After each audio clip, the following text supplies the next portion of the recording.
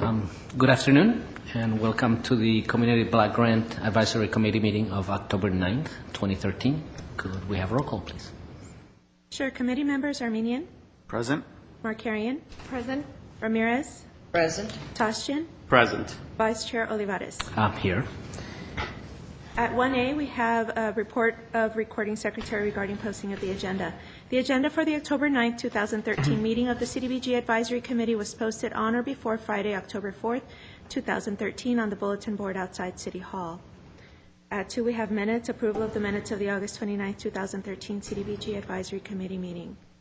As you may have noticed, we don't have the minutes available at this time. We would like to table the item for the next meeting. Okay. At item 3 is introductions and presentations. A, introduction of new committee member Lila Ramirez. Thank you. Well, it's a pleasure for me to introduce and welcome Lila Ramirez. I've known Lila and her husband Richard for many, many years. They're very active in this community, and I know she's going to be a good addition to this great panel we have already. So, Lila, with that, tell us who you are. Tell the public who you are, in case they don't know. I thought you just welcome. No, and welcome aboard. Good to be aboard. I served on this committee many years ago, seems like. And good enough. Good. Great. Thank you. Any comments from fellow commissioners? Welcome. Thank you for joining us. Worked with Leela in the Rossmoine community ever since I moved there. She predates me, of course, in that neighborhood. So I've always just been a welcoming force in that part of the community. And I've gotten to know her and her daughter and her involvement in the neighboring city of Burbank. So I'm thrilled to be serving on this panel with her. Congratulations, and I look forward to working with you also. Great. Thank you. Okay. Oral communications. I don't have any cards. I don't see anybody in the audience, so let's move on to the business agenda. Okay. At 5, business agenda. A, action items. 1, selection of new chair and vice chair. Okay. Could you give us a quick synopsis of the process? I know we have it all in front of us, but just so that everybody knows out there how we go through this.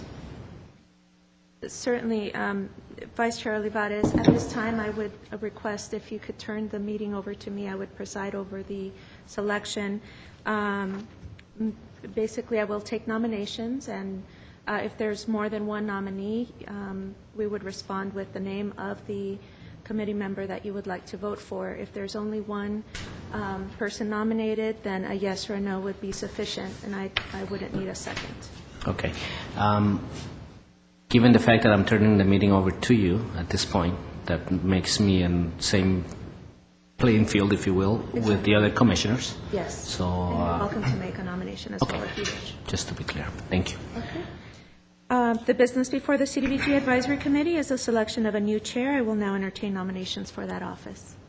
If I be permitted, I'd like to nominate committee member Olivares for the office of chair. Are there any? I'm sorry. Yeah, I would like also to nominate Mr. Olivares for the chair. Okay. Any additional nominations for the office of chair? Okay, seeing that there's no further nominations, I'll proceed to a roll call. A yes or a no. Do we have a second? Don't we need a second? You don't need We it. do not need Okay. a second. Thank you. So a yes or a no response would be sufficient. Committee member Armenian. Yes. Markarian. Yes. Olivares. Abstain. I'm not sure what I'm supposed to say. Okay. Ramirez. Yes. Tostian. Yes. I now declare committee member Olivares the duly elected chair of the CDBG Advisory Committee. Mr. Chair, the task before you now is to open the floor for nominations for vice chair. Okay. Nominations for vice chair. If I may say something first, please.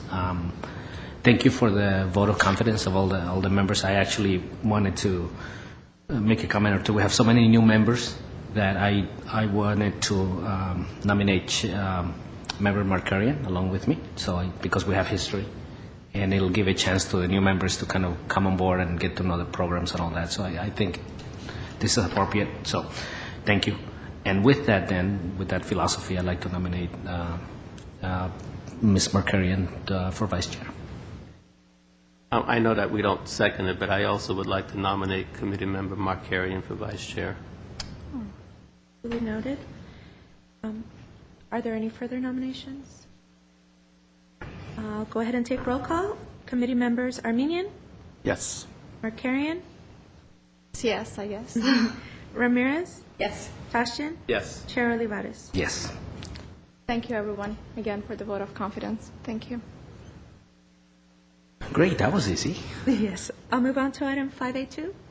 Motion to note and file a report regarding the revised fiscal year 2013-14 CDBG funding allocation plan by funding category. Mr. Chair Olivares and members of the CDBG Advisory Committee, you do have a report as part of your packet, and you have an attachment as part of this report.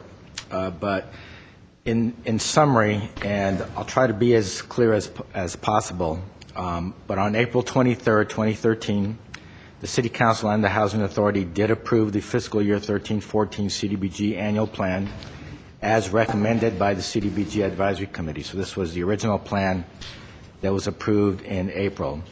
That plan at that time was based on a CDBG entitlement estimate of $1,852,000 based on information that we had from HUD at that time, in addition to an unappropriated fund balance of $115,000 and $100,000 that was available in reprogrammed funds, which totaled $2,067,000. So that was the plan that was approved by the City Council back in April, and that was a plan that was recommended by the Advisory Committee. So the Council did not make any changes to the Committee's original plan. And then, in May of 2013, HUD advised the City that its CDBG entitlement was $1,813,000, not $1,852,000, and that in addition to that, the City's voluntary grant reduction deduction in order for the City to pay back the defaulted New Horizons project was $120,000, which meant that in addition to a lesser entitlement amount, we deducted an additional $120,000, which gave us a revised amount of funds available of $1.693. As a result of that, we went back to the City Council in June with a revised plan totaling the $1.693. And then we learned in September that HUD confirmed in September that the city CDBG entitlement amount of the $1,813,000 had already included the $120,000 deduction from the New Horizons payment. So in essence, we are back to the original funding plan that the committee recommended and the council approved back in April, with 3 exceptions. And those exceptions include the allocation for CDBG administration. The original plan was $370,000. The current plan that we have is $362,000, so it's an $8,000 difference. The second exception is with regard to the Camp Rosie program. The original recommendation was $10,000. We are now recommending 0 because that program is already completed. It's a summer program that was already completed. So the $5,000 that would go to Camp Rosie is now available to be reprogrammed. Then the third exception is with regard to the Palmer Pacific Playground Improvement Project. The original plan back in April included an allocation of $525,000. That is now revised to $499,000. So those are the only 3 exceptions from the original plan that was approved back in April of 2013. All other funding recommendations remain intact. So we are requesting that the committee note and file the second revised plan. And then when we come back on October 30th, we will provide the committee with an additional report with regard to the reprogramming of CDBG funds. So we will be revising this plan hopefully one last time at our next meeting on October 30th. What will not change between now and October 30th is the amount in the different funding categories.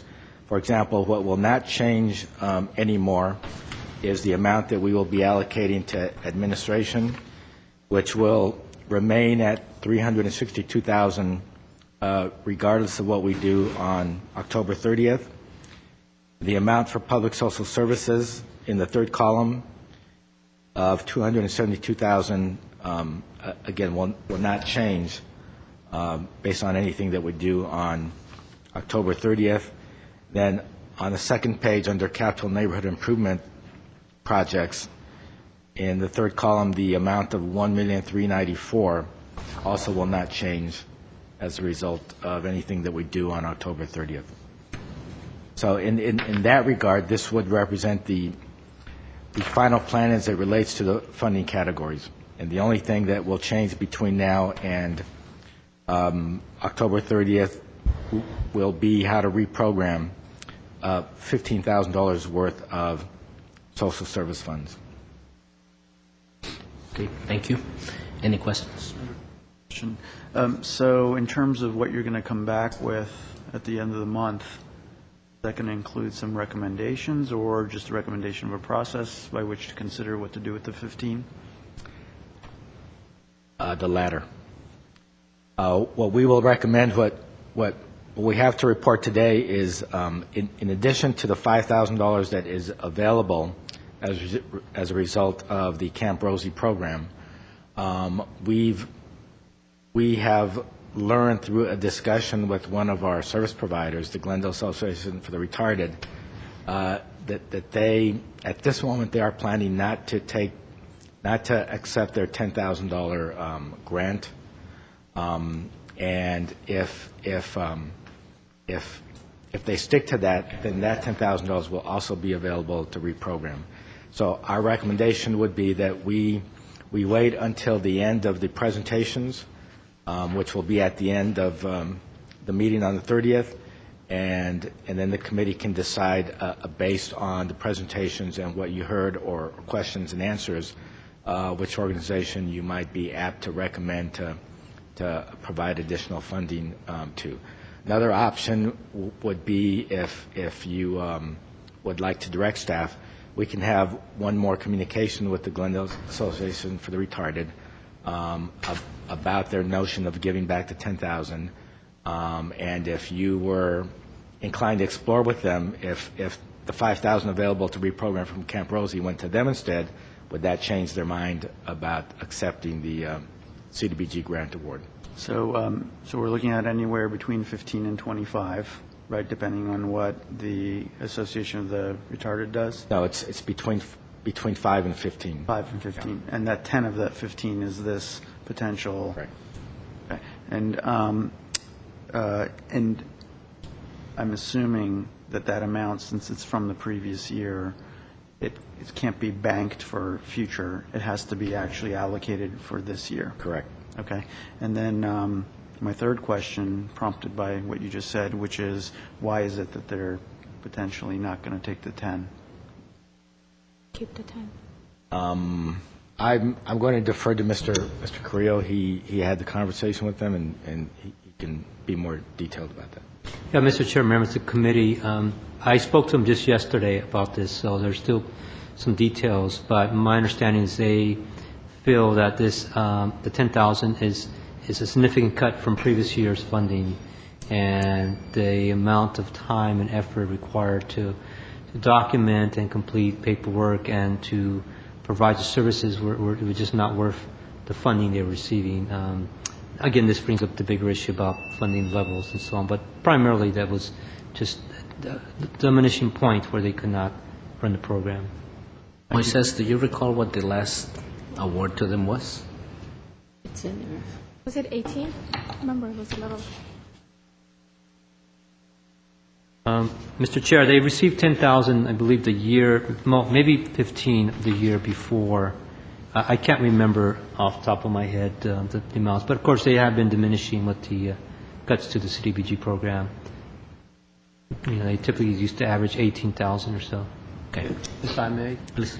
I would request that staff contact them, as Mr. Duran suggested, And perhaps we could find out if an additional 5,000 would make them change their minds, because from what I've heard from our committee members, it's an important organization. I would respectfully request staff to make that contact and let us know at the next meeting, please. Of course. I'm curious, isn't it pretty much they've been providing the information for years? What has changed that would make it a burden to provide the same documentation? Committee Member Ramirez, one of the things that our agencies and our nonprofits have been facing, and this is all nonprofits, is reduced staff, administrative staff in all the nonprofits, where in the past they did have administrative support to assist with record keeping, clerical work, and now with the reductions in the overall, not just CDBG, but overall nonprofit funding, a lot of agencies have reduced staff, and so some duties were used to be assigned to administrative persons are now handled by higher end persons, and there's not enough staff to do all the work that's necessary.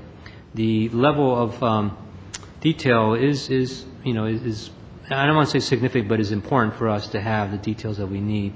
But it has not changed significantly in the past years. But again, I think it's administrative support that's been the issue. And if I may, Lila, historically we've been dealing with this issue. When we had a lot more funding available and we were able to direct more money to the bigger organizations, it was fine. Over the last 5 to 10 years, every year is getting reduced, and so they're getting less money, and then they're required to provide the exact same level of documentation. We've seen it from other organizations. It gets to the point where it's just not economically feasible, and it's unfortunate. And I think this is one more of those cases. But are you saying that it's they lack staff? With $5,000, would it even begin to address staff? My recollection with GAR is that they normally request funding for one person as a counselor or case manager. So they have to weigh, and it's up to them to let you know, Moises, and hopefully you'll report to us on this, to weigh the cost of all the documentation on some other staff level within the organization to justify that position. And I think that's how they end up making a decision. Which this also kind of suggests for future consideration as we get into the next funding cycle about how many ways do you cut the pie up, and so that it's a worthwhile endeavor, both on our part as well as the organization's part, because it's totally understandable that one would make a cost-benefit analysis of the amount of work and documentation that it takes. So at the same time, I guess. I'm not familiar with the organization. I'll take the word of my colleagues for it because they are much closer and know them much closer. But, you don't want to force money on people. And I think, $5,000 difference isn't, if they're feeling that way, I don't think my belief is that the $5,000 wouldn't make a huge difference in which all of a sudden it's a worthwhile endeavor.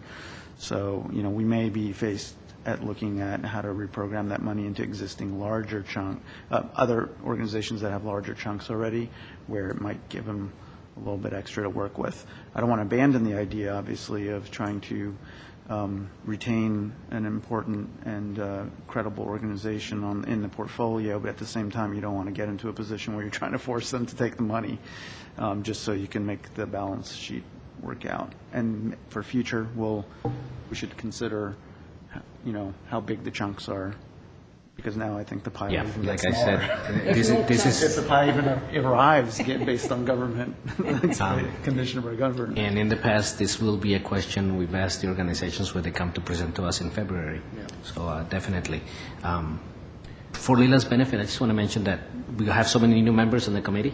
So starting today, we're going to have the organizations that have been funded come in and give us a brief presentation so that all the new members will get some comfort level, some familiarity with the organizations. Mm-hmm.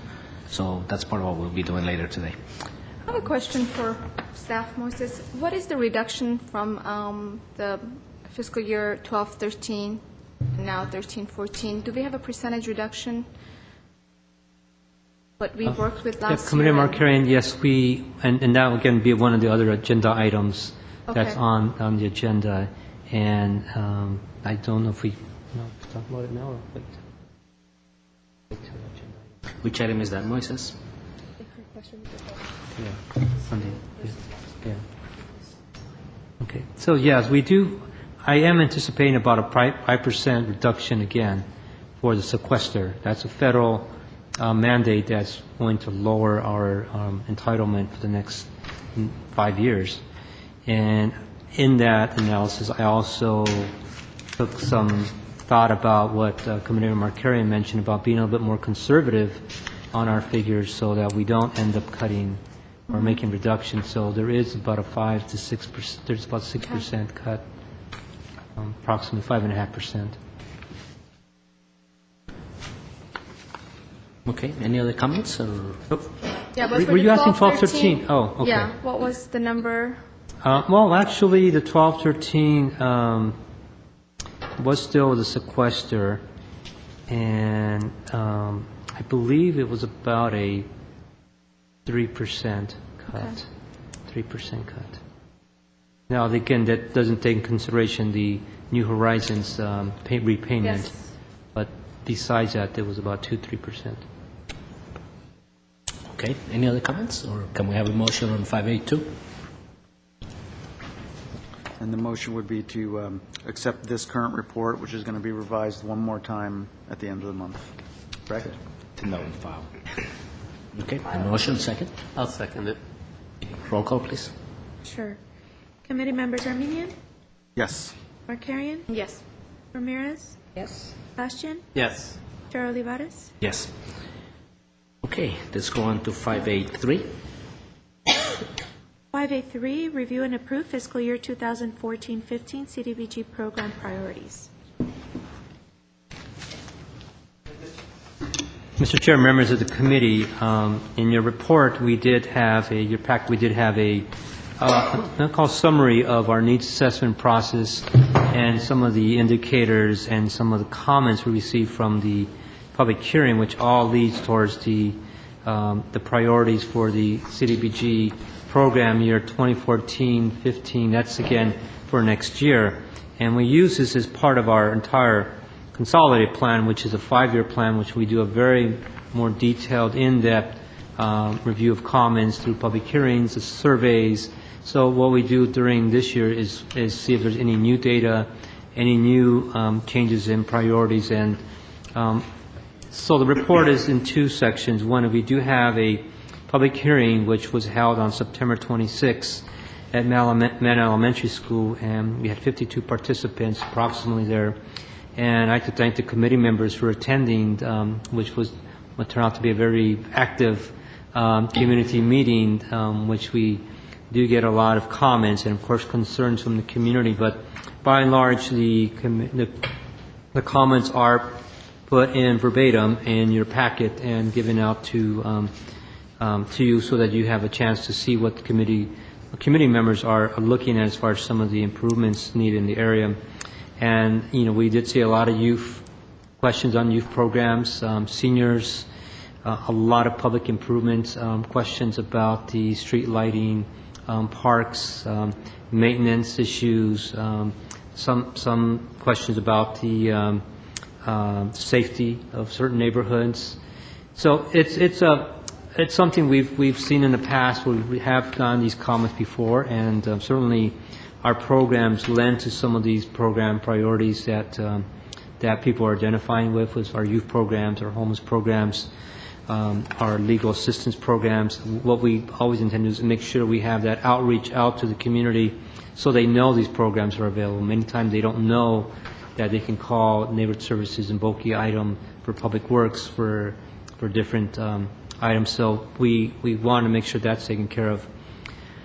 The second part is essentially the census data, which we take a look at. I know the comments were brought up last year about where we are with our census information, and I did get a chance to include a key demographics indicator, which talks about the last few years of data that we're able to collect.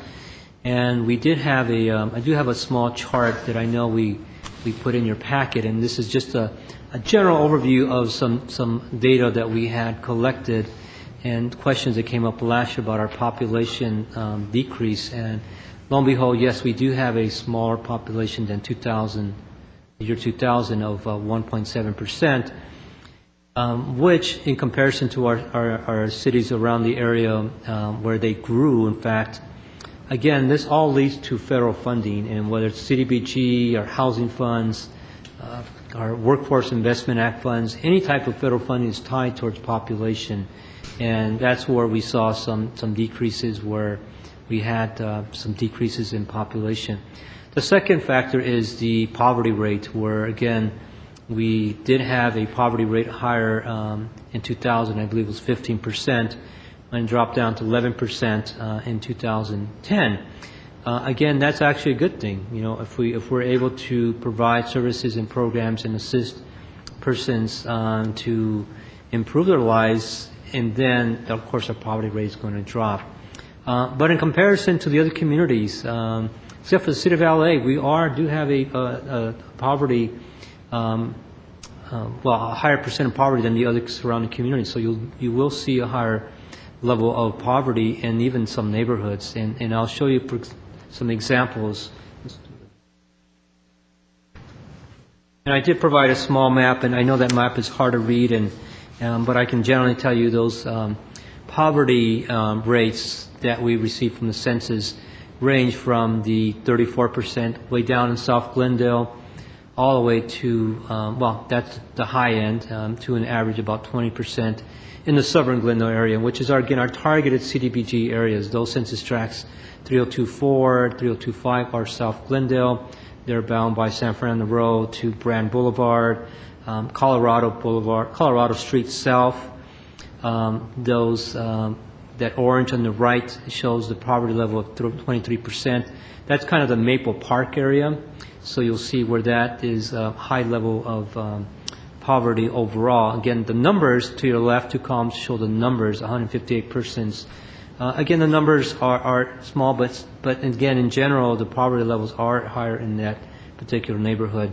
And that's where, again, our CDBG program funds go into, in those neighborhoods in South Glendale who need the services to assist them. So that's just a general table of what we look at in CDBG. We do a little bit more analysis on that as we develop our full plan for HUD, but just to give a general overview of some of the rates. And again, the levels go down from a very small amount of 7% entire city to, or even lower than that, to 34%.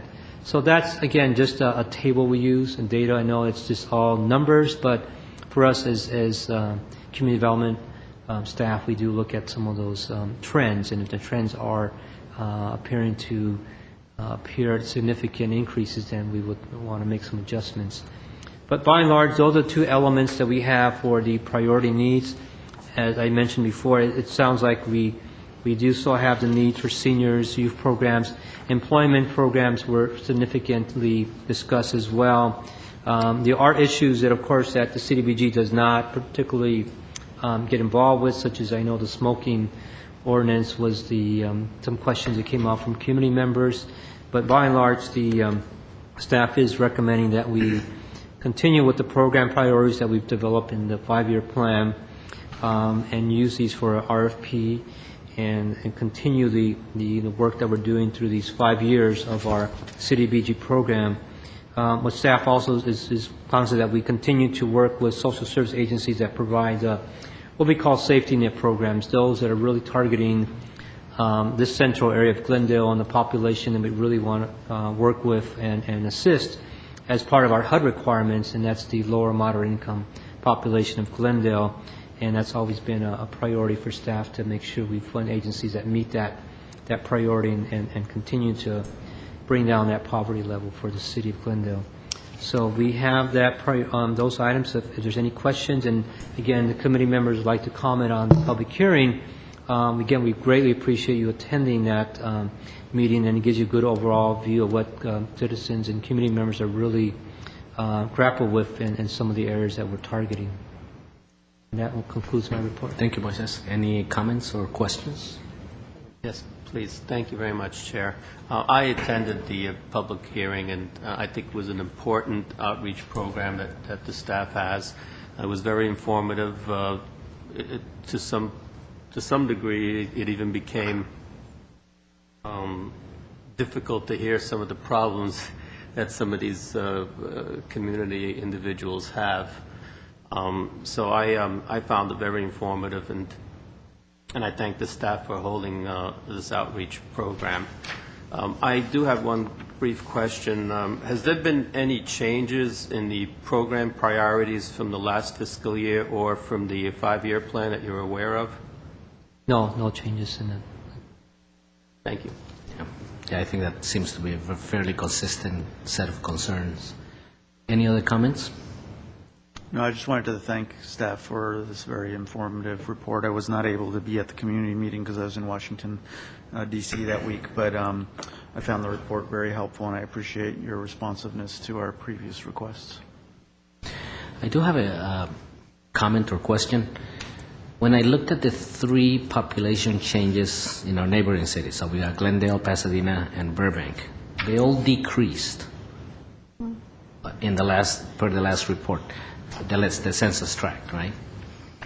Now, I know we were reduced in CDBG funding due to the change in the census tracts. The same true for Pasadena and Burbank in terms of their CDBG allocation? Well, Mr. Chair, those cities did increase their population, and so that's one part of their analysis of HUNDA's. That should say 2.9% increase. No, it's a I see a decrease there. Oh, I'm sorry. You're right. I'm sorry. Yeah, what's not on here, I'm sorry, is the poverty levels have gone up. What's happening is some communities are having higher poverty levels, and what we've seen is that it's not necessarily the overall population, but it's some poverty levels have gone up, and that's a very significant. That's a good point. That's a very significant HUD data element in their analysis, which a lot of cities, including Glendale, have put some concern about that as well, because it's not just solely its poverty levels, but its population, its housing, that older housing that we have, for example, and also our homeless population, our homeless count, and our senior population should be factors when they distribute funding. So we do have that bit of concern. So it's not always just population, but poverty is a very strong indicator. Correct. So what we're really saying is Glendale has been very good at reducing the poverty level. We have reduced... For whatever reason, it's been reduced, and that's a good sign. Yeah. We've done a good job in meeting our goals, and meeting our goals and objectives does mean a reduction in funding. And that was, again, from 2000, I believe it was 15.6%. down to 11.1%, which is very, very significant, and especially in this challenging time. So, okay, great. I have a question for staff. I mean, I kind of reviewed the report, and I see that some of the concerns are directed towards the cleanliness of the parks, drug use maybe at the park, and a lot to do with parks and youth. Is this more towards, is it directed more towards the city council, or is this something that we need to look at the programs and see what they have to offer? I mean, obviously for youth, yes, there are some great programs that come to us for fundings, but as far as like parks and their cleanliness, is this something that will be reported to the city council, and it's a special area that they need to focus?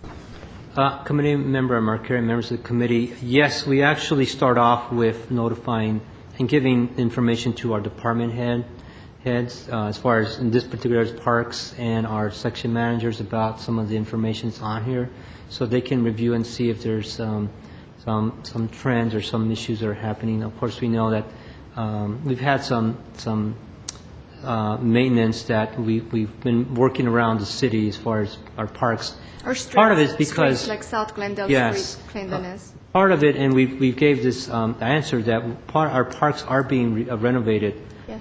This year.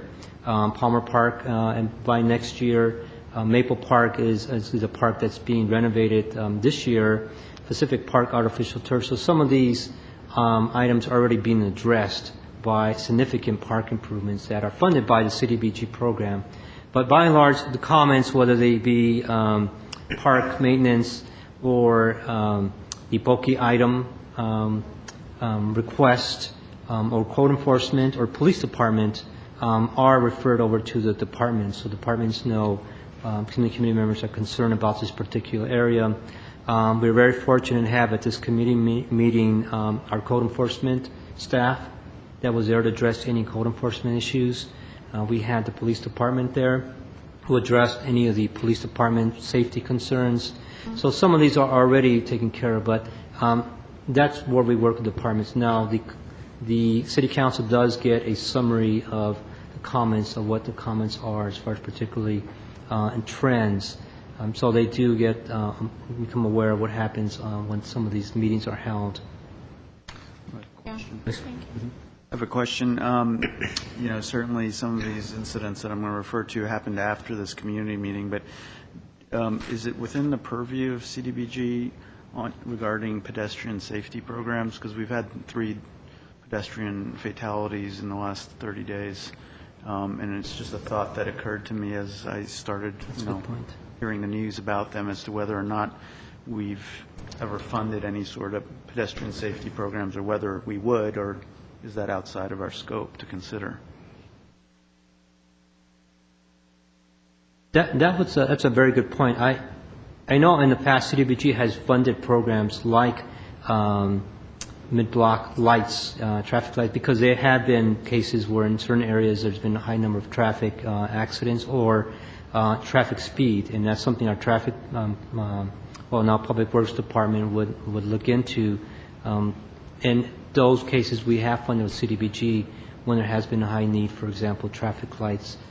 Some of the accidents, I can't remember, they were just on lights, so you're talking about more of a program per se, public information program. Yeah, I mean, some of these issues might have to do with public infrastructure issues, right? But some of them might just be about, pedestrian education, about like not to jaywalk and things like that, because all 3 of the fatalities were elderly residents in specific demographic areas, so this suggests the trend. I know prior to my appointment here, I'd dealt with public safety issues before with Glendale Police, and they can pinpoint for you exactly where the problem areas are, either from an infrastructure perspective or from a demographic perspective, where there might be some program need. So I'm just raising that question because I didn't really see much of that. And like I said, this public meeting happened after it, but I think, sometimes when you get these sorts of tragedies happening one after another,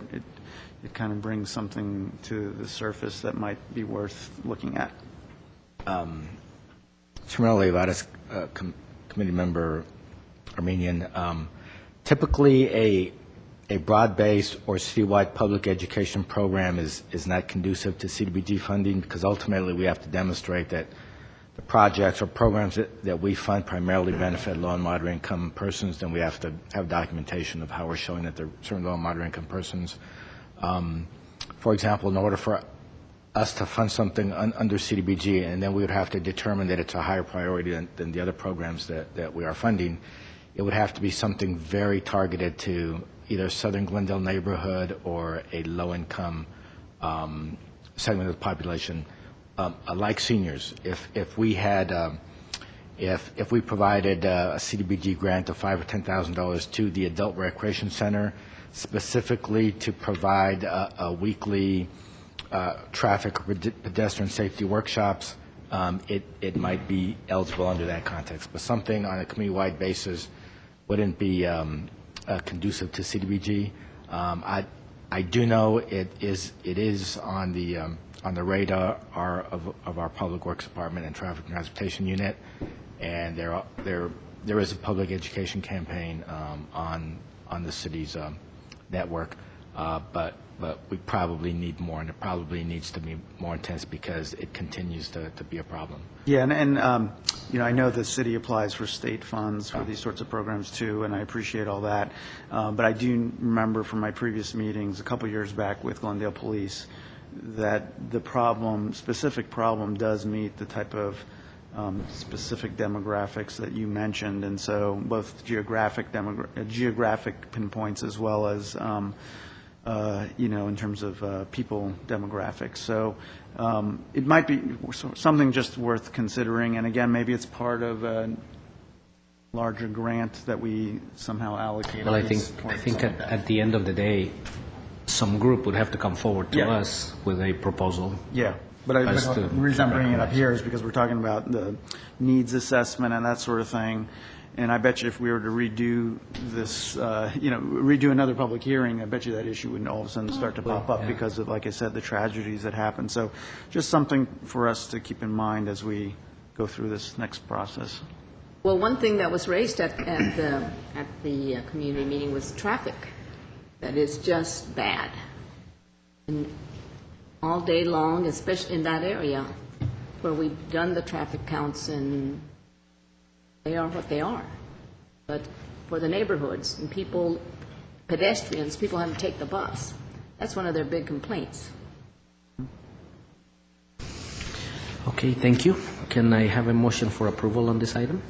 Make a motion to approve. Note and file? Second. Anybody have a second? I'll second it. Okay, roll call, please. What did we approve on the next? The The the report, the committee report. Right. It's approval of the program priorities. Yeah. I'll proceed with the roll call. Committee members Armenian, Yes. Arcarian, Yes. Ramirez, Yes. Bastian, Yes. Chair Olivares. Yes. Let's go on to 5A4. 5A4, review and approve preliminary fiscal year 2014-15 CDBG funding allocation plan by funding category. Yes, Mr. Chair, that is the handout we had, well, I believe one of your outlines for this spreadsheet showing our past fiscal year 13-14 revisions. But on the far right, you'll see the 14-15 estimated amount of funding. And as I previously mentioned, that we do have a sequester looming for the federal budget starting January 1st, which would impact our CDBG program again this year. Also with that, we are, given the budget situation in Washington, we're being a little bit more conservative on our funding amounts. So we are projecting a $1.8 million CDBG program, which includes $1.7 million in our HUD entitlement and approximately $110,000 in our carryover funds from previous years. And also what we saw was we were actually able to receive $58,000 from a program income, which program income came from a CDBG single-family housing rehab loan done a number of years ago, where we granted or loaned the resident funds to upgrade their home, and they sold the home, and they were able to pay off that loan through the sale of the property. So $58,000 comes back, which is nice to have that.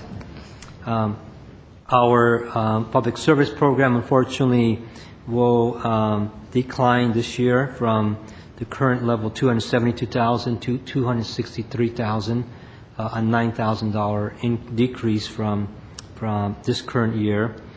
And our course administration will also decrease as well.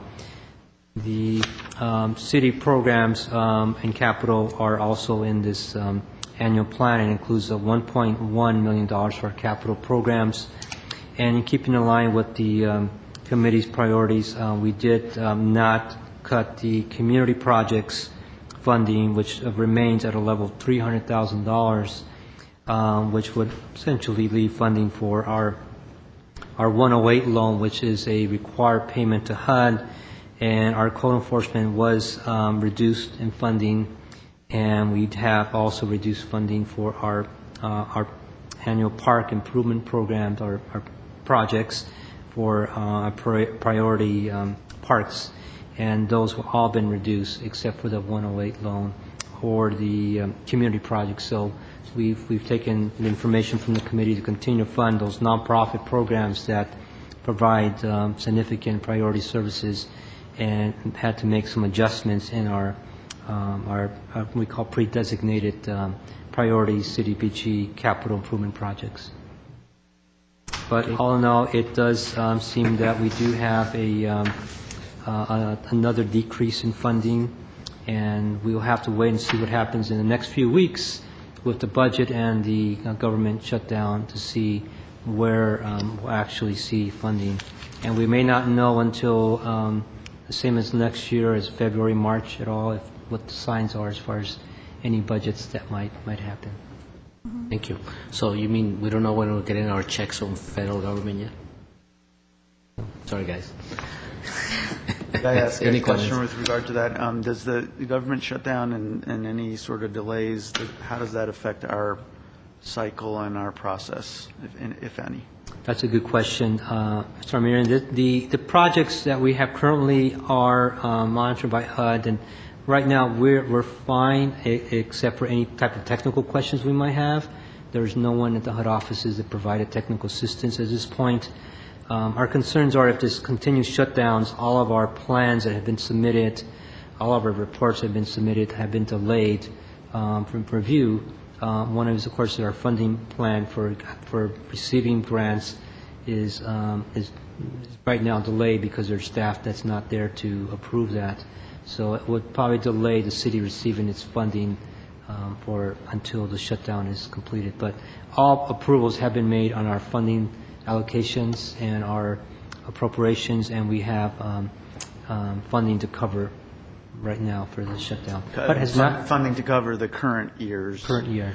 allocations. And then in terms of next year's process, it's too early to tell what the effect would be? Too early to But tell. we're not going to delay interviews and application process. Okay. But, and is there kind of a certain point at which it would start to impact, like a certain date, if this shutdown were to continue? No, not necessarily our program. Some of the Washington, D.C. office are still open. Our line of credit with HUD is still open, so we're able to draw down funds, which is our main, what we'd like to have is our funding continuous stream. Just technical assistance, and then other programs that rely on federal funds, such as WIC programs, food stamp programs. Some of those programs may run out of money, which would impact agencies that allow and work with these programs to have more difficult times. So it will more or less impact our community agencies directly if this continues on. And that's a number of agencies that were funded by CDBG, which you'll hear today that may have impacts if this continues on. Thank you. Any other comments? I have one comment, and I'd like this to be, again, translated to the City Council, some shape or form. Every year, we get a reduction to CDBG funds, but the pre-allocated funds for the pet projects of the council members do not get reduced. And we need to figure out a way to adjust the reductions across the board. That's my opinion. So I just want to make sure that gets translated. Yes. Chairman Olivares, if you all refer to page 2 of the proposed plan, under the 1415 estimated column for pre-designated projects, you will see that we are recommending an appropriation of $885,000. Of that, $376,000 for the code enforcement program, versus the current 1314 allocation of $396,000. So we are recommending a $20,000 decrease. If you go down to the Palmer Park Improvement Project, the current 1314 allocation is $499,000. We are recommending a decrease to $303,000. So we are recommending decreases to those two pre-designated projects. As you know, code enforcement has always been one of the City Council's highest priorities, and the comments that we heard at the public hearing, a lot of them had to do with code enforcement and bulky items and the condition of housing and the condition of the neighborhoods, much of which is part of the responsibility of the code enforcement program. And a park project, historically, the council has always prioritized at least one park project in southern Glendale to be included as part of the CDBG program. We will, when we make our report to the City Council in November, we will remind the City Council that they have the option of pre-designating these funds or not pre-designating them and offering these funds available as part of the RFP. The Parks Department could submit a proposal, and the Community Development Department could submit a proposal for code enforcement, and you can weigh those proposals against community proposals and then make a recommendation after reviewing all capital improvement proposals as to whether you want to continue to recommend a park project and continue to recommend a code enforcement project. So we will remind City Council that they have the option, before we issue the RFP, to continue to pre-designate or not pre-designate those city projects. As Mr. Carrillo mentioned, as it relates to the Section 108 loan payment, we wouldn't have a choice because that's our payment to HUD. But the other two will remind the council that they have the option. Thank you. I'm glad to hear that. So if I understand correctly, when we review all of the proposals, including the city proposals for pre-designated funds, we will have the ability as a committee to recommend or not recommend funding some of these pre-designated projects. Is that correct? Yes, you would have that discretion, and it would be up to the councils, whether they're going to agree with it or not. Sure. Thank you. Lila? I wanted to point out that at the community meeting, it was pointed out by a number of members, the concern with code enforcement and the number of bulky items that are just left out there. And I toured the area after the meeting, and it's full of bulky items. They're also concerned about code enforcement in terms of the smoking ordinance. And pretty much they were told we have one officer or one inspector to handle that whole area. So maybe with this amount of money, we could have more than one inspector. That actually will be part of the presentation we'll have in February. Well, It's a very complicated, But I very think complex the problem. number here is consistent with years before, right? I mean, Yes. so in order for them to have an additional officer, They need more money. They need more money. So Yeah. with that consistency, I see the same And we number. want to take it away. Okay, can we have a motion on item 5A4? I'd like to move the item for A4, preliminary funding allocation plan for 14-15 to be approved. Be moved. We have a second? I'll second it. Okay, roll call? Committee members Armenian, Yes. Markarian, Yes. Ramirez, Yes? Bastian, Yes. Chair Olivares. Yes. Okay, let's move on to 5A5. We have a- 5A5, review and approve a fiscal year 2014-15 request for funding proposal, RFP, and CDBG funding application. Okay, Mr. Chair, members of the committee, we have in front of you two RFPs, which are the proposals we request for the community agencies and departments and social services for the fiscal year 2014-15 CDBG program. As we discussed, they're largely based on what program priorities the committee feels strongly on, and also what's available for funding. So the CDBG Public Social Services has availability of $263,000, which is what is on the funding plan for the agencies to submit proposals. So you have a draft RFP for the proposals. They are due on December 20th, which is a Friday at 5 p.m. So we will have certainly those proposals coming in. so how come you're So looking at it's- the audience? I'll give them a heads up. They're here so I can tell them that these are deadlines they have to meet. Yeah, unfortunately, it's around the holiday season. which- Gasp when you looked at them and said that. Yeah. But it is essentially, the proposal has not changed significantly, if at all, for our committee agencies to provide you and the application the information you need to review their application and to interview their programs. The applications do have a number of questions that are required by HUD, but by and large, these questions that are descriptions and priorities will help you with your determination of funding. So the entire application is here for the CDBG Social Services.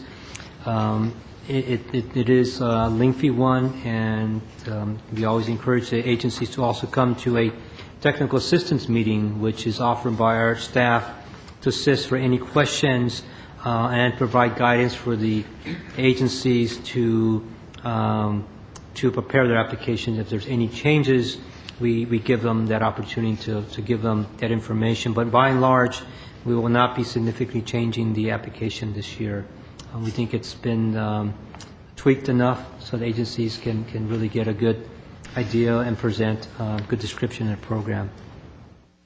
The second application that we do is also the capital is RFP for capital improvement projects, and those are for CDBG nonprofit public agencies to submit applications for improvements to the facilities that they operate, what we call priority social service programs. And as Mr. Duran mentioned, we have not decreased the amount of funding for this, even considering the overall funding decreases. So it remains at $300,000 for agencies to apply for. Again, this application is due on Friday, December 20th at 5 p.m. There will be a technical assistance meeting for this as well, for the agencies to come and ask questions regarding the RFP of the application.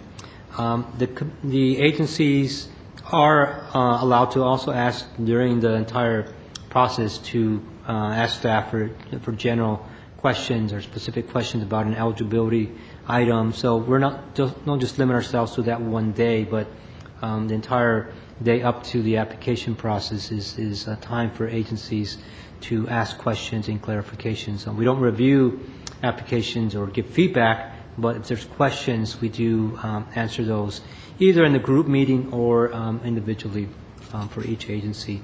Again, the RFP has not changed significantly again in the past few years.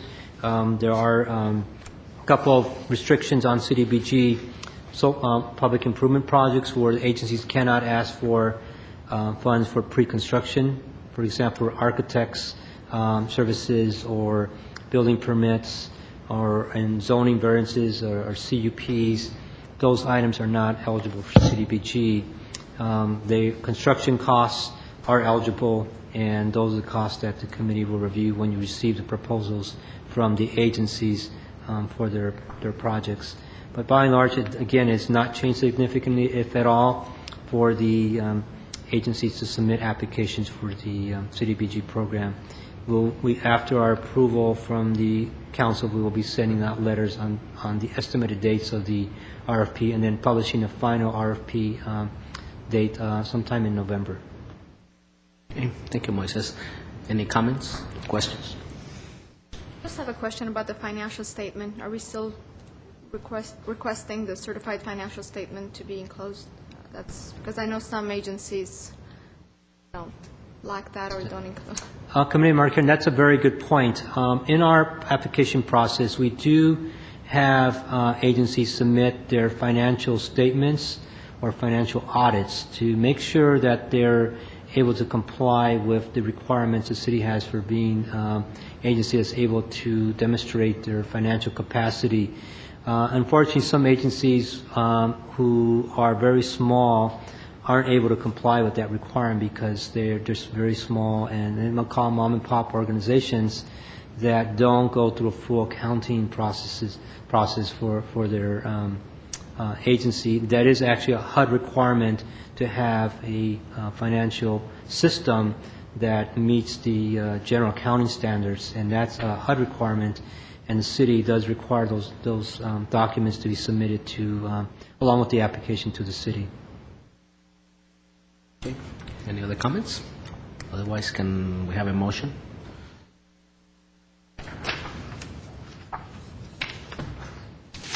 Well, I'll make a motion to approve Agenda Item 5A5, Fiscal Year 2014-15, Request of Funding Proposal and CDBG Funding Application. I will second that. Okay. Roll call, please. Committee members Armenian, Yes. Arcarian, Yes. Ramirez, Yes. Bastian, Yes. Chair Olivares. Yes. Okay, let's move on to 5B. We have a lot of members in the audience. 5B, And- 5B is reports for information only. At 1, receive presentations from fiscal year 2013-14 CDBG-funded social service programs. Okay, thank you. And again, I want to mention that thank you all for being here and taking, a little bit of time to be here. And sorry we're late. But this is for the benefit of all our new members. We want them to get to know you guys and your organizations and everything you do, so that come February, when you hopefully submit applications, there'll be a much better comfort level with what services you provide. So with that, who's first? Mr. Chair, members of the committee, we do have five agencies here, 5 programs, and they are currently funded with CDBG, as you mentioned, and I believe you did get the sheet of their funding amounts. But we'll allow them 5 minutes to present their program and allow the committee 5 minutes to answer questions. If we go over, that's fine, but we're really trying to keep a tight time schedule. I do want to kind of remind agencies we discussed this is not an RFP kind of question, but we want to definitely get to know them. And obviously, unfortunately, our timing did not allow for site visits, which I know they like to have the committee members come and visit them. But unfortunately, our timing did not allow for that this year to visit their sites. So it's a good opportunity for them to showcase their program. So we'll start off first with the Salvation Army. Welcome.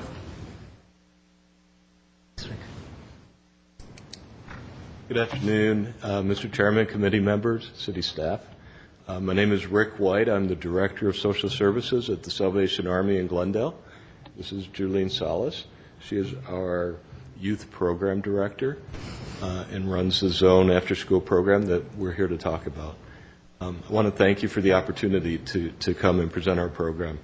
It is something that we do as a labor of love and have done for a long time. The Salvation Army has served the city of Glendale and the community since 1925. We are in the census tract that Moises talked about, where there is the most poverty in Glendale. We're in the southern part of the city, and we recently, in the last 3 to 4 years, have shifted the focus of most of our programs to working families. Almost everything we do is to try to help the hardworking families in southern Glendale build a better lives for themselves and for their children, which is why all of them come here. Schools are better than LA, the community is safer, and there's a lot of people that appreciate what we're able to do for them. The Zone After School program, when we promote it and talk about it, we say that we provide homework help and tutoring to at-risk middle school students. It's more than that, though. Julene and her staff work really hard to encourage the kids, to give them hope. When we look for volunteers to come in, we always tell them we are looking for volunteers. We don't care how well you did in school. We want you to be a mentor and a role model to these kids. Almost all the other programs that we do at the Salvation Army, we're coming alongside families who have made bad choices and have really wrecked their lives. And we're trying to help them rebuild it and create something better than what they have. The Zone is not like that. The Zone is our one opportunity to build into kids' lives early, to help them get the resources they need to make good choices, to become good citizens, to be successful in life. We do provide, almost all the kids are first generation, is that still correct? They mostly, a lot of them don't speak English at home. A lot of them, their parents are working 2, 3, and 4 part-time jobs. And so the parents who even want their kids to be successful in school just don't have the time to help them, or they don't have the English language skills that they need to help their kids with their homework. That's where we come alongside. Almost all our homework help is reading and math. We have a program we call Dora. It's an online reading program that the kids do. 80% of the kids in the last quarter raised their reading level 1 grade. 1 grade. In just a quarter. The sad part about that statistic is of that 80%, probably half are still behind. They come in very needy. Besides reading and math help, we have an etiquette class that one of the members of the local Kiwanis Club comes in, teach the kids very simple manners that many would think are old-fashioned, but we think it's a great thing as far as citizenship and helping the kids feel good about themselves. We also provide opportunities for them to play organized team sports. If any of you are parents of kids that age, you know organized team sports cost a lot of money and take a lot of time. And while the kids need to learn things like teamwork and fair play and cooperation with each other, these kids don't have that opportunity. And at the zone, we're able to give it to them.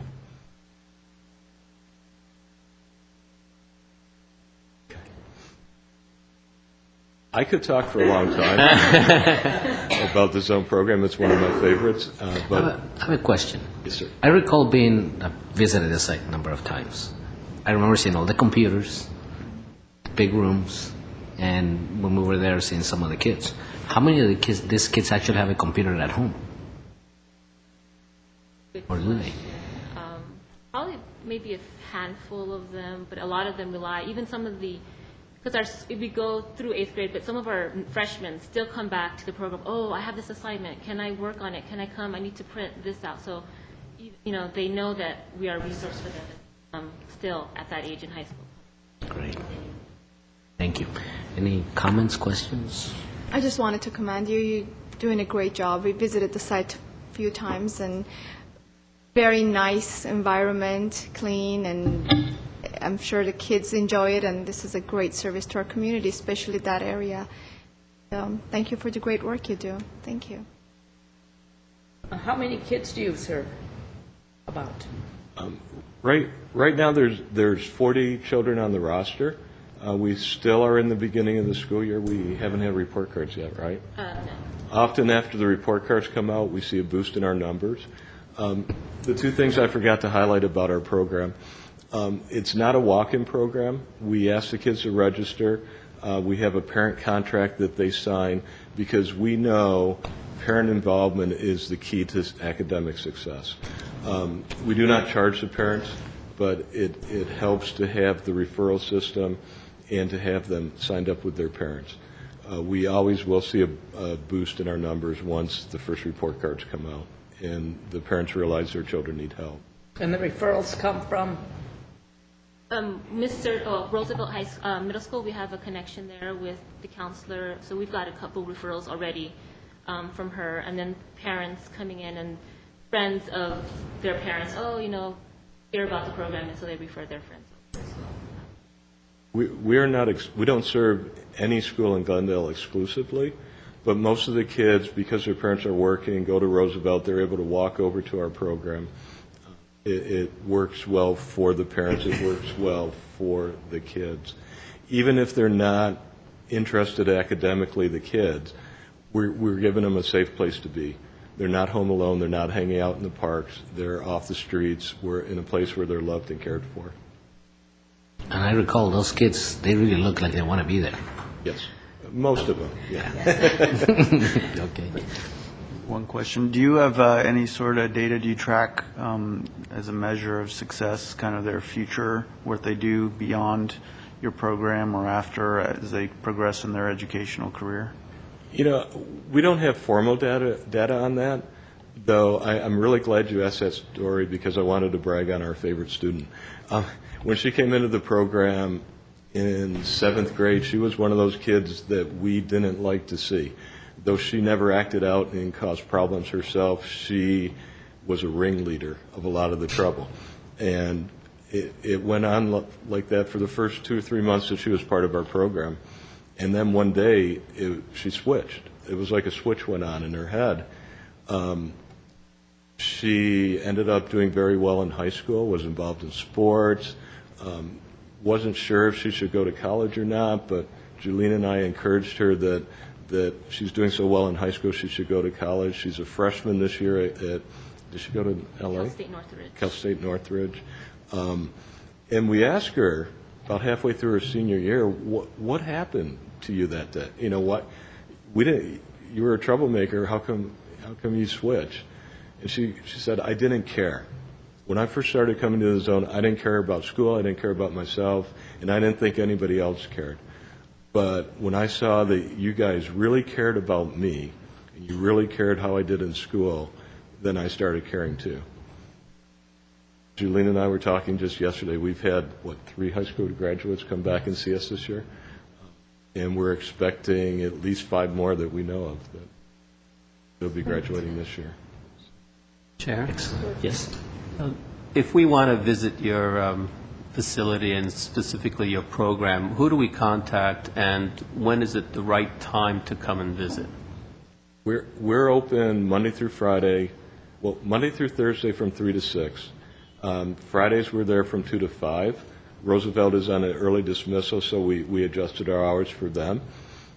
Honestly, I don't recommend coming on a Friday. It's very difficult to get the kids motivated to do homework on Friday afternoon. But Monday through Thursday from 3 to 6, you are always welcome. Julene Salas would be the best person to contact.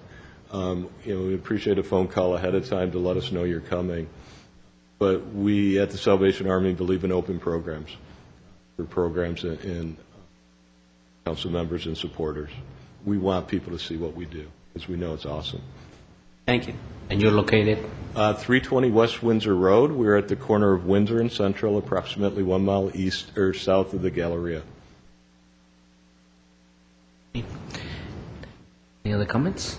Thank you. I just wanted to say I do intend to do site visits to all of the participants in CDBG, so I'm hoping to do that in early November. So I hope so too. You're always welcome. Thank you. Thank you. Thank you very much. Thank you. Okay, who's next? Can I ask one question of staff? When we look at these programs, for the next cycle, I notice there's multiple organizations that have, for example, after-school programs. Do we look at them in kind of totality and say, are they doing the same thing? Are they doing different things? Kind of look at it as a after-school program strategy as a whole? Committee member Armenian, absolutely. One of the criteria is to decipher whether organizations are duplicating each other, or they each have their own specialized niche, or at least are aware of each other and are collaborating their services so that the community gets the most efficient service possible. Mm-hmm. Thank you. I also want to mention that the location of the program is very important because you may have similar programs but at 2 different zip codes which are within the poverty level and within the area that we are interested in. It's approved by HUD. So. And many times the needs are great enough that it would warrant a couple of organizations doing very similar things. Yeah. Thank you. Mr. Chair, I'm actually going to read out the names of those so that they know when they're coming up and they're not on toll. So, Youth Employment Services Program, Community Outreach for ARS, CASP, and Senior Services in that order. So we'll call up Youth Employment Program next.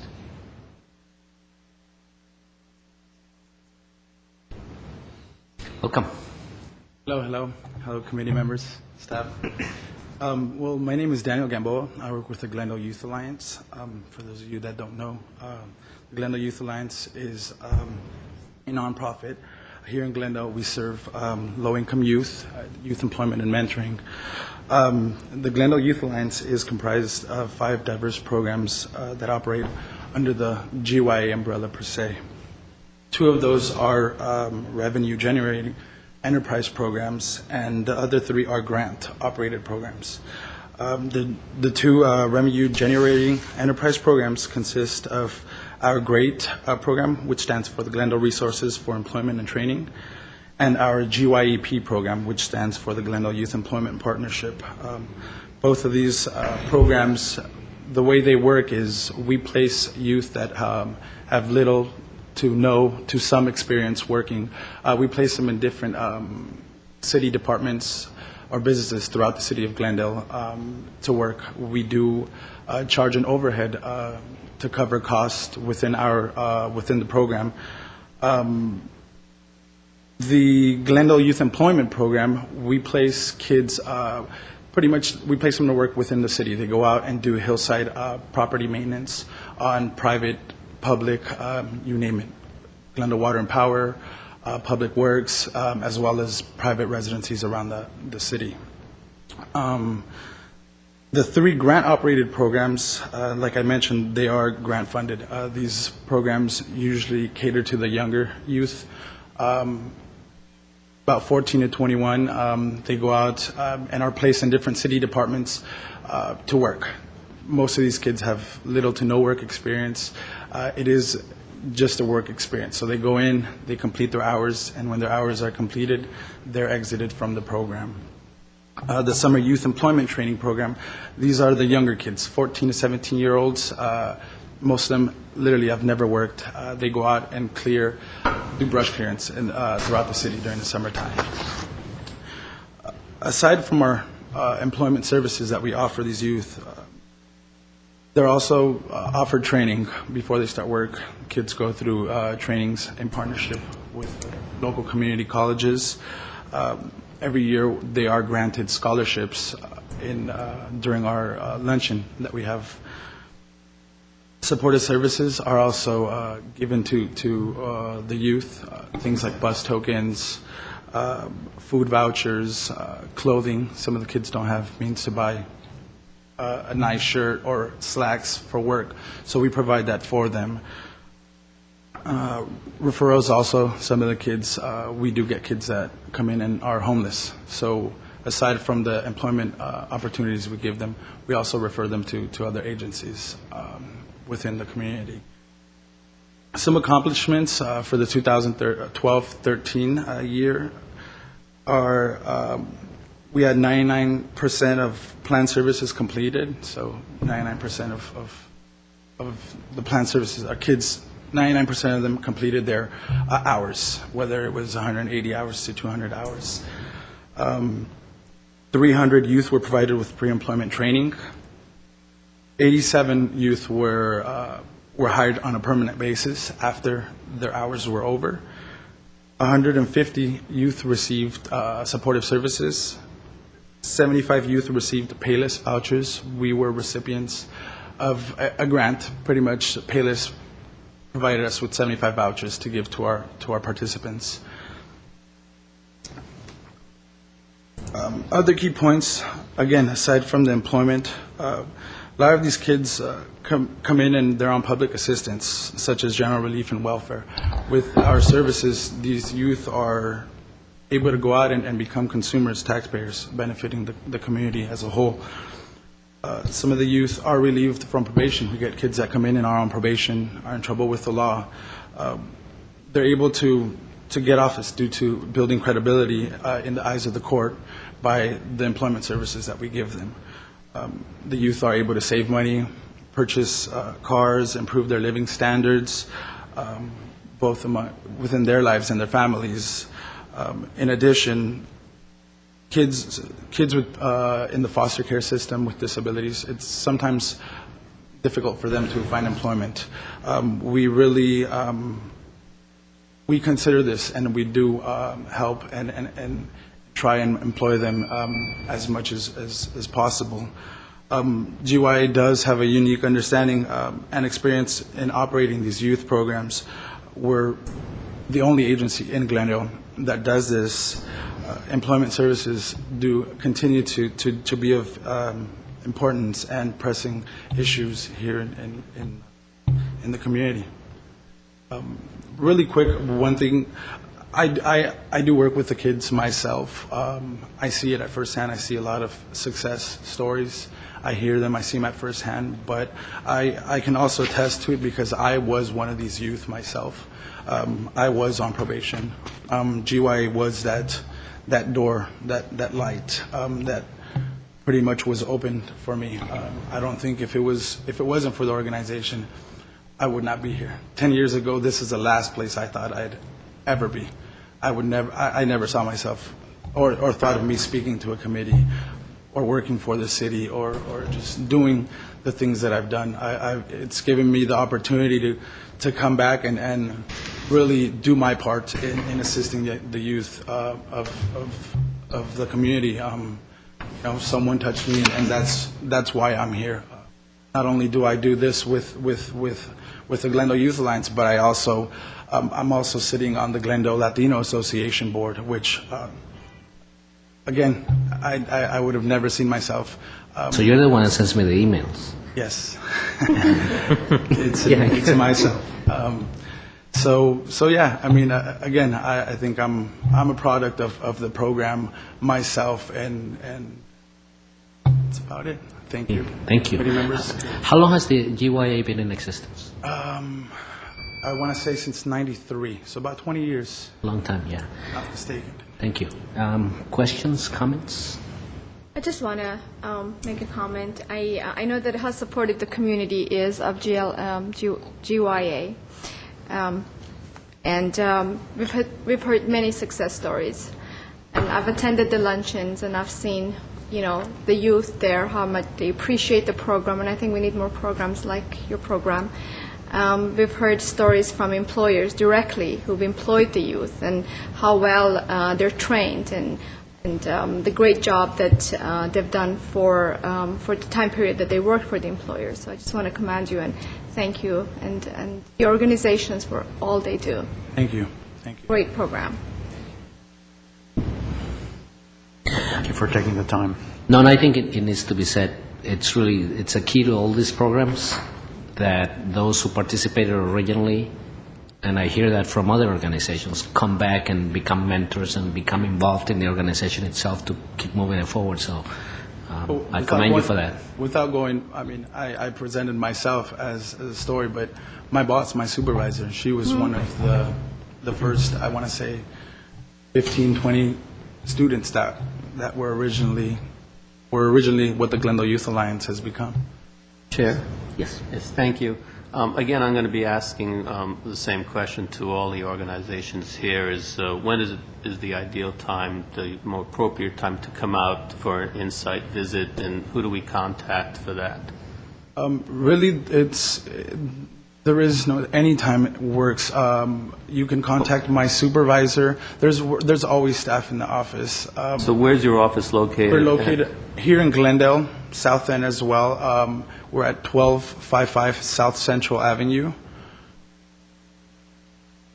Is that the Verdugo Job Center? Yes, over at the Verdugo Job Center. And what are the hours 8 to 5. 8 to 5. Oh, thank you very much. Thank you. Thank you very much. Thank you. Appreciate it. Thank you.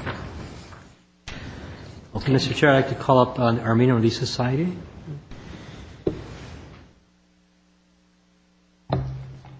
Good afternoon, CDBG Advisory Committee members and staff. My name is Sona Zinzalian. I'm the director at Armenian Relief Society Social Services. The Armenian Relief Society Social Services has been providing services in the city of Glendale for over 3 decades. ARS is considered a reliable one-stop center to meet the urgent needs of the needy and underserved population, well equipped linguistically and culturally to serve their community in need. ARS is continuing the management and operation of its existing community outreach project. This will provide social services to low and moderate income persons, as well as life skills for seniors, and we target individuals and families who are newly arrived in the country with language barriers.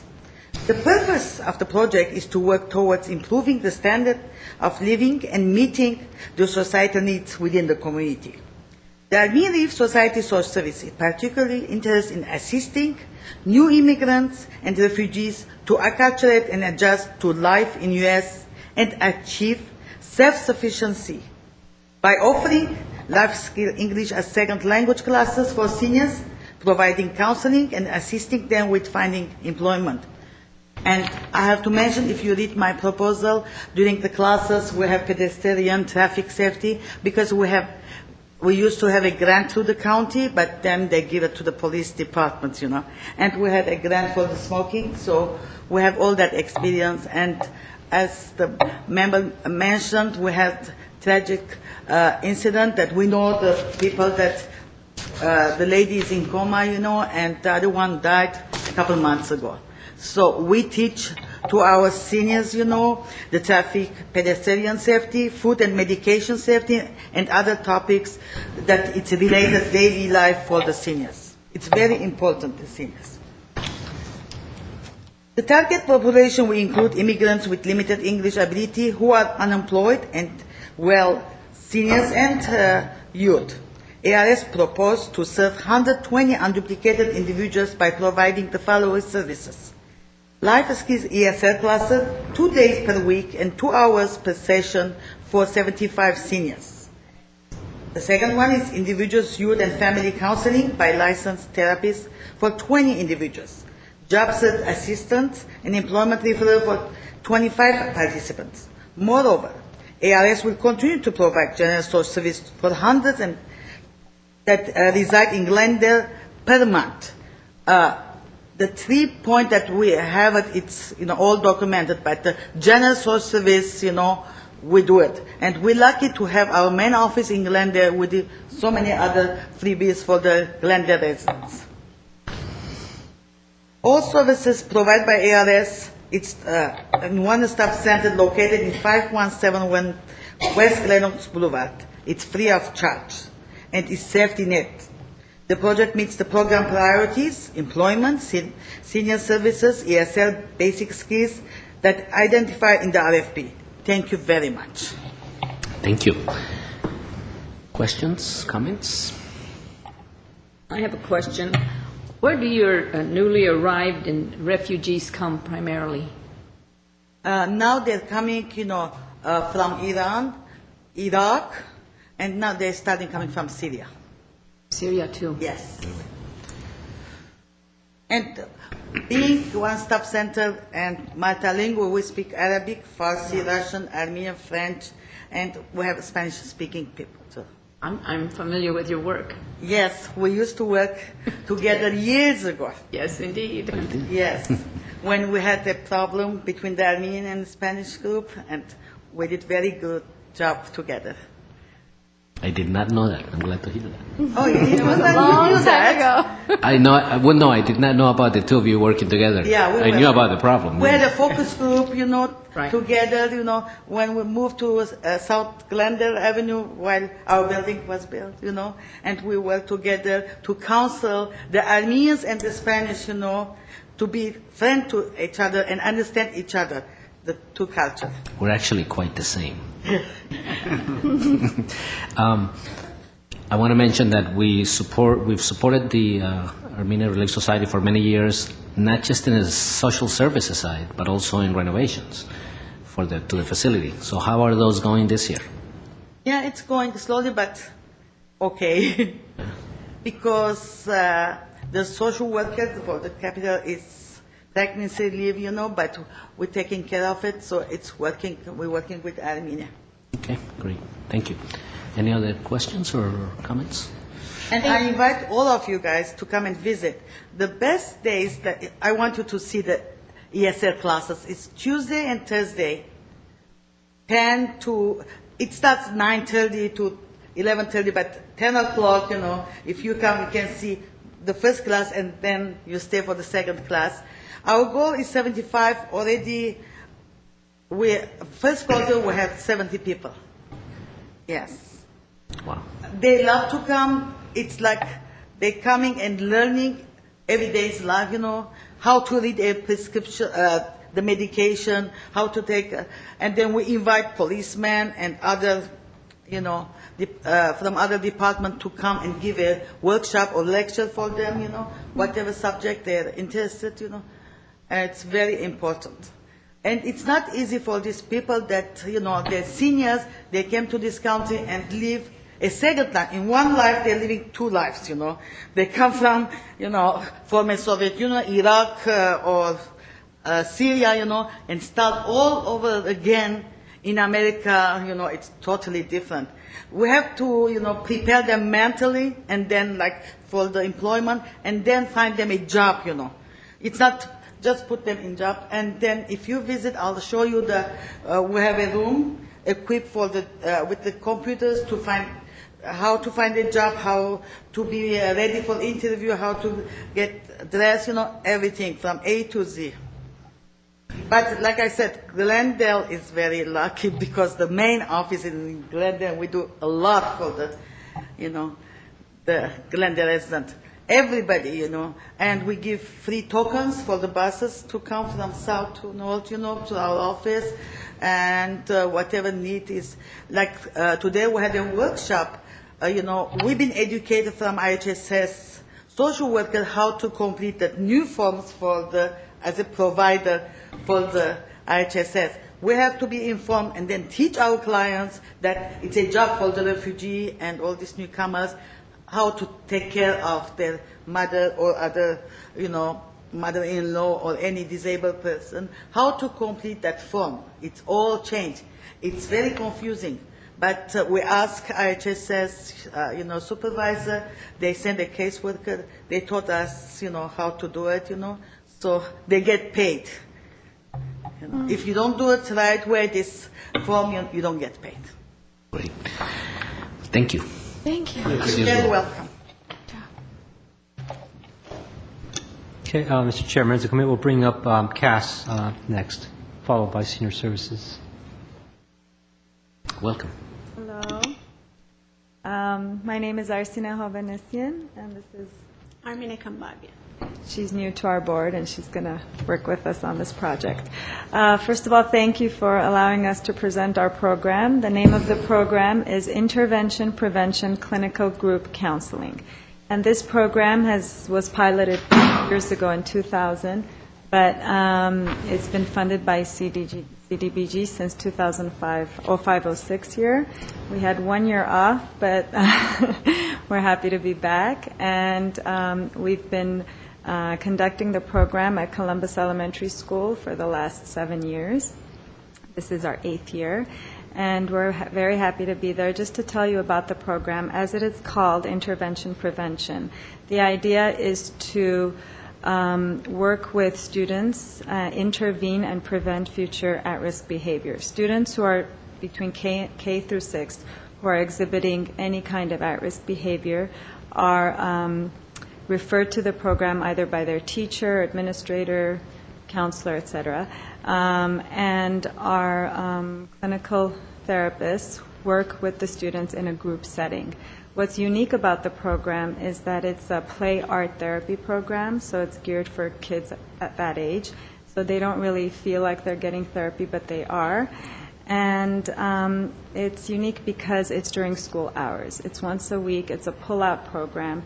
And it works really well because a lot of these kids otherwise would not be able to get the mental health counseling that they need if they were referred to a program after school.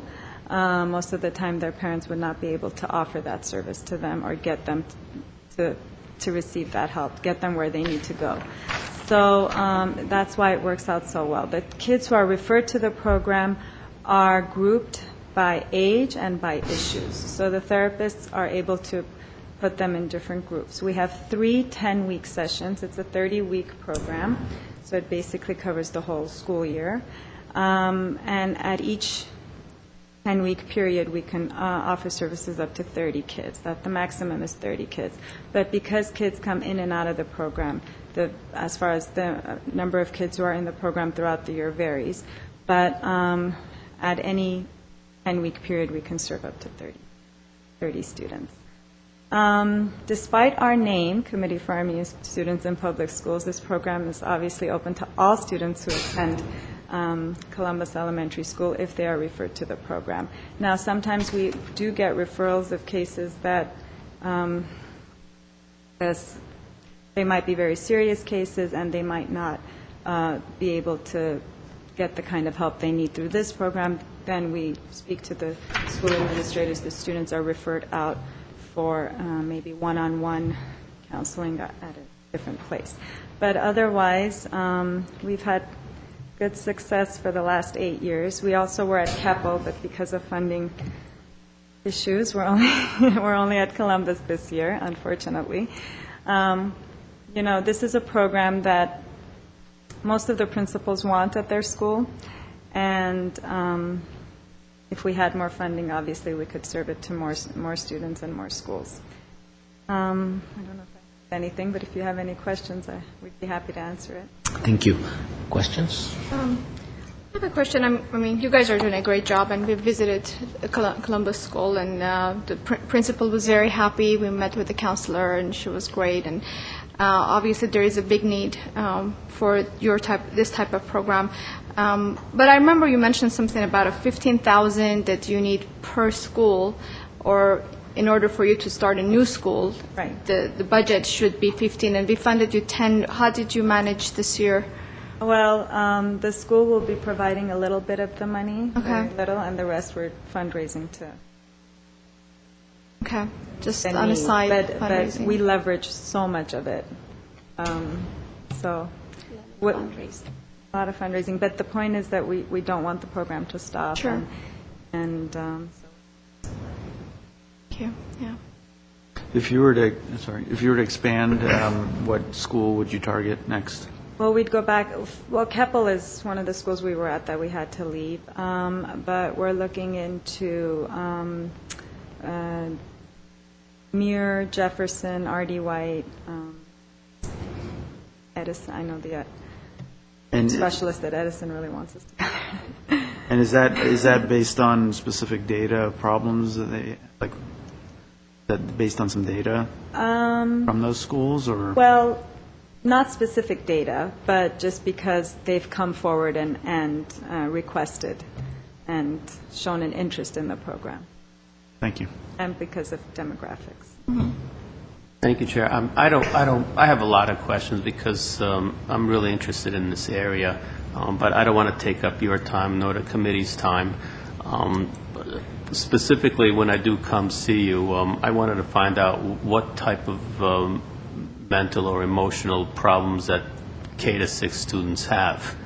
And I'll hopefully in early November, perhaps we can go together, Commissioner Armenian, we could come see you and discuss those issues. I can share with you the referral forms that are given to us. What is, Well, that's another issue I wanted to find out about, the privacy rights. it's all confidential. Oh, all confidential. okay, That's why we go through the principal. got it. And these students are not the special ed students. They are not special ed students. Understood. The referrals will show a lot as far as what kind of needs there are, what kind of problems there are. You'd be surprised how much a K through 6 student deals with because of either economic issues or issues at home, dealing with sicknesses, divorce, and all sorts of issues that come up. They, and of course, just behavioral issues that a lot of kids that age have. But unfortunately, if they're not addressed at that age, then they escalate into much bigger problems in middle school and high school, and that's what we're trying to work on, because we have, of course, CASPS has all sorts of programs. This is just the only one I'm talking about is the CDBG funded program. But we work with high school and middle school students, and sometimes it's too late to address some of their behavioral issues. And if you look at our outcomes, you'll see that we're trying to reduce aggressive behavior. We're trying to increase academic responsibility. When they work in a group setting together, they learn how to work with each other. So the teachers will give us feedback and say, you know, this child is now able to deal with his or her peers, less problems in the classroom, less problems at home, more focus on work and homework. And then We'd can be happy to share that stuff. We just can't share the students' names. And No, I understand that. I completely understand that. And then we should contact either you, Arsene, or for the site visit. yes. Thank you. I just like to say that this is one program that I think is very, very needed in the community, and I'm sorry to hear that Keppel has dropped it, but it's... Well, the funding has The dropped. funding, yeah. I mean, you'd like to see the school district fund these, and, you know, all the schools, and you have to be doing a great job, but this is something that is definitely needed, and I would just love to see it expanded. Thank you, and I want to reiterate one more thing. This is not an after-school program. Right, I So in your noticed that. future deliberations, please don't lump us with after-school. This is during school hours. It's a pull-out program during school Very hours. good. And keep in mind that these kids will be left out if they don't get the service during school hours. And so for a site visit, what time of day is it at? Well, Best time? any time during the day as far as school hours, but I'd like to know ahead of time so I can have the teacher specialist in charge of the program there to be able to meet with you. Okay. At that end. Thank you. Thank you. No, I want to say that I'm sorry. I'm really sorry, and I know the committee was the 1 year you did not get funded for whatever reason, but we clearly saw the benefit of how important your program is. And generally speaking, all these organizations, with $10,000, how much you guys do, and it's your organization as well as others. It's amazing how far a dollar can go. So I just want to commend you on that because it's a very good bringing us program. back. Thank you. Appreciate it. Thank you. Okay, one more. One more, last but not least, is our Patiently waiting. senior services program by Community Service and Parks. Good afternoon, Chair Oliveras, committee members, and staff. I'm Maggie Kavarian with the City of Glendale's Community Services Department, and I'm going to be representing senior services programs along with my colleagues Eileen Asayan and John McGogian, who are our case managers for senior services. Our senior services program is very particular because we deal with seniors 60 years and older who are homebound, frail, and elderly. And what our case managers do is go into the homes, provide case management, provide in-home services, provide a home assessment and case plan for each senior with their individual need. We're housed at the Adult Recreation Center at 201 East Colorado. We have packets available to you, so you can see a lot of the programs that we have at the city and in our Community Services and Parks Department, which are under the umbrella. Our program has 60 unduplicated seniors every year, and that's what we usually anticipate. Our seniors are referred to us through our 3 local area hospitals, discharge planners, tenants who live in the building along with them, as well as landlords, out-of-state relatives who are worried about these seniors, and other city departments, fire, police, neighborhood services, everyone who, many of our seniors who are so frail and they're kind of hidden away, they can't really come out. They're the ones that are most frail. They're the ones that we have to go to. And the services that we provide to them are nutrition services, which are home-delivered meals to them every week. They get 7 frozen meals. They receive transportation assistance, bus tokens, taxi vouchers. We have access that we help them with, dial-a-ride program. So there is a lot of programs, counseling, bereavement support, lots of different programs that are offered under this umbrella for senior services. If you have any questions, I'll be more than happy to answer. Yeah, we visited your facility, and it's always busy. Happy seniors, all kinds of activities, and it's just nice to see them, in a safe environment, socializing, which is very important for their mental health, and also you have an exercise room, a gym, and you have it all. So I commend you. It's a wonderful program, and we'll continue to support you. Thank you. I'm sorry, I may have missed it, but how many seniors do you serve on average? This particular program serves 60 unduplicated seniors through CDBG. Daily at our Adult Recreation Center, we can serve up to 1,200 a month. But in and out every day is about 400 seniors coming and going every day. Yeah, so if you do the math and you take $16,000 that CDBG allocates for 60, it's a pretty good return for the money, I think. And it's actually helping because this particular case manager is a bilingual Spanish speaker, so it is allowing us to expand into the population and serve everyone. And you did say you visit homes? We do. That's actually part of the program. We do an initial home assessment. We see all the needs that are that they need. For instance, case management could entail anything from house cleaning to caregiver to hospice care. It's all encompassing. And what's the eligibility? You have to be 60 years or older. My recollection, too, is a lot of these seniors reach a point in life where they're on their own. They're actually embarrassed to come out and acknowledge that they're having these problems. And so your ability to go in and talk to them and bring them out and get them into a social setting is probably one of the more important items, I think. And a lot of the times, I mean, I didn't touch upon this because I wanted to keep it light, but a lot of our seniors experience hoarding issues, and they are embarrassed about that. And when we go into the homes, and I know John had just gone into one particular home where it was just atrocious. The living conditions were just, it was just, seniors shouldn't be living that way. And he went in, and within a week, everything changed. Everything came out, trash was removed, new furniture came in, their meals were continued, it was fumigated, it was just a complete turnaround, a 180. And that's really what our services are. It's very particular to each individual need, to keep that dignity that in the home, and to keep them maintaining their They need independence. assistance, yeah. And how do you, so it's, because it's 60 unduplicated, you said, as you get to a new batch of people, how do you keep track of what you've accomplished before and make sure you don't? Well, every year we keep Lost. track, and it's usually 120. It's a revolving door because they require higher level of care and they pass away.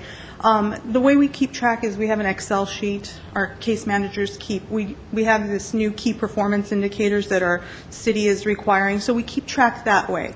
So it's a constant track. Every quarter we report to CDBG, so that's coming up on the 15th. That's how we keep track. That's great.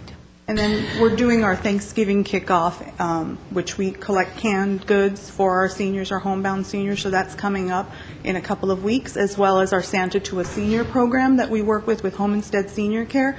They provide us with gifts for seniors, and we present them to these particular seniors. So if somebody wants to donate to help the cause, where do they take it to?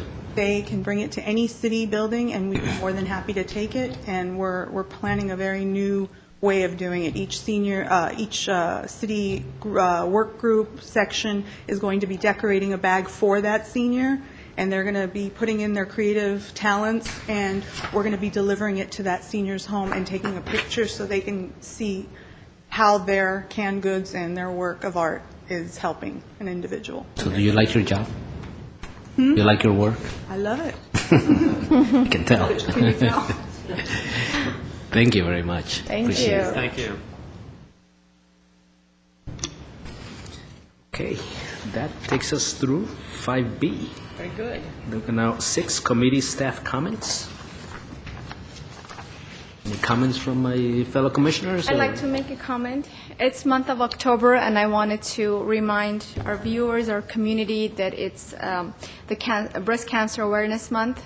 We all think pink, and we also need to do our share to educate our community, our friends, about the importance of preventative exams and early detection, which is the key in cure of cancer.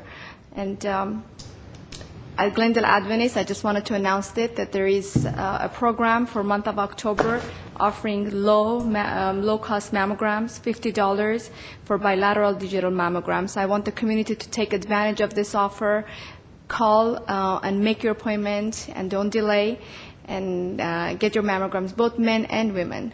So, and I see Moses wearing pink tie and a wristband. So let's all think pink and do our share to keep our community safe and healthy. Excellent, thank you. And it needs to be said, most of these committee members here, or all of these committee members here, we don't just do this. We also involve in the community in other functions. We all have been for a long time, which is, I think, what makes this committee so much fun. Anything else? I don't have a comment, but I do have a question to staff with respect to how many agencies were invited to participate this afternoon's meeting, and how many declined, if any, without naming any names. We actually invited all the agents. Well, I actually did the scheduling, so actually those who were invited did come. What I'm doing is I'm putting 6 today, and then I'll put the 7 or 8 the next, the 30th. So I make the schedule up. So they all definitely want to come. Sure. There's Everybody that was invited today came, Yes. except for the one that you had the mentioned. GAR, previously. yes. But they all have been, and so I'm scheduling some for the 30th now. But yes, they've all definitely want to come, and certainly they would love to have you at their sites as well. I know, again, scheduling, we couldn't all do that, but, yeah, they're all available. Great, thank you very much. Okay, any other comments? Thank you, and congratulations, Mr. Chair. Thank you. Mr. Chair, just have a STEM Yes, staff Moses. comment, if I may.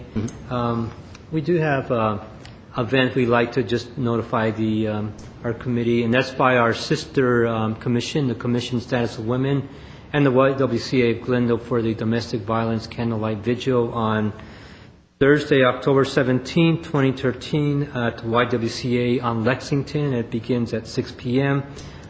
It's to honor the many women in our community which have been victims of domestic violence.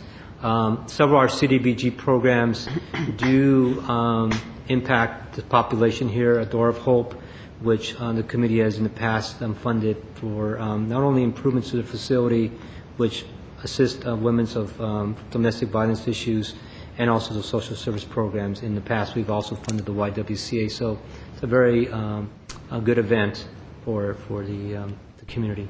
Chair Olivares, being a former member of the Commission on the Status of Women, I would encourage everyone to attend the Domestic Violence Candlelight Vigil. I think it's a very important event that we have, and again, I hope our audience will participate in it. Thank you. Thank you. Thank you. One last comment, and I don't mean to embarrass our vice chair, but our vice chair, Romela Marcarin, has been honored by being one of the Woman Achievers contributing to our community by Business Life this year, and she's done great work with the hospital. I don't think they can see it here, but this is the picture here of Romela and her Congratulations. colleagues and her Glendale, other Glendale Women Achievers. So congratulations on that. Thank you, Moses. It's hard to It believe. was an honor to be amongst such accomplished women, so. I noticed that this morning. I just wasn't sure if it was the same. Congratulations. Thank you. Thank you so much. Congratulations. Yes. So, Mr. Chair, just a reminder, October 30th is our next meeting for the commission, the committee. We will have the agencies present. I hope this format was fine for you. You had great questions, and there will be prepared for you next the 30th. And I believe one other agenda item, which would be the $5,000 or $15,000, depending on what happens next. That's also at 2:30? At 2:30 p.m. Okay. Can I ask a question about a future date? I know in the reports, and I think in our previous discussions too, we had tentatively targeted that, the marathon sessions where we'll be making our actual decisions. I think it was like the second week of February. At what point do we finalize those dates? And the reason I'm asking is because I, believe it or not, already have business travel coming up that I'm trying to juggle around those dates. I want to make sure I'm here. Sure. Based on the approval of based on the committee's approval of the calendar, they have already been finalized. That's February 14th, which is a Friday. Okay. And Valentine's Day, I apologize. And also February 17th, which is the Monday just following that.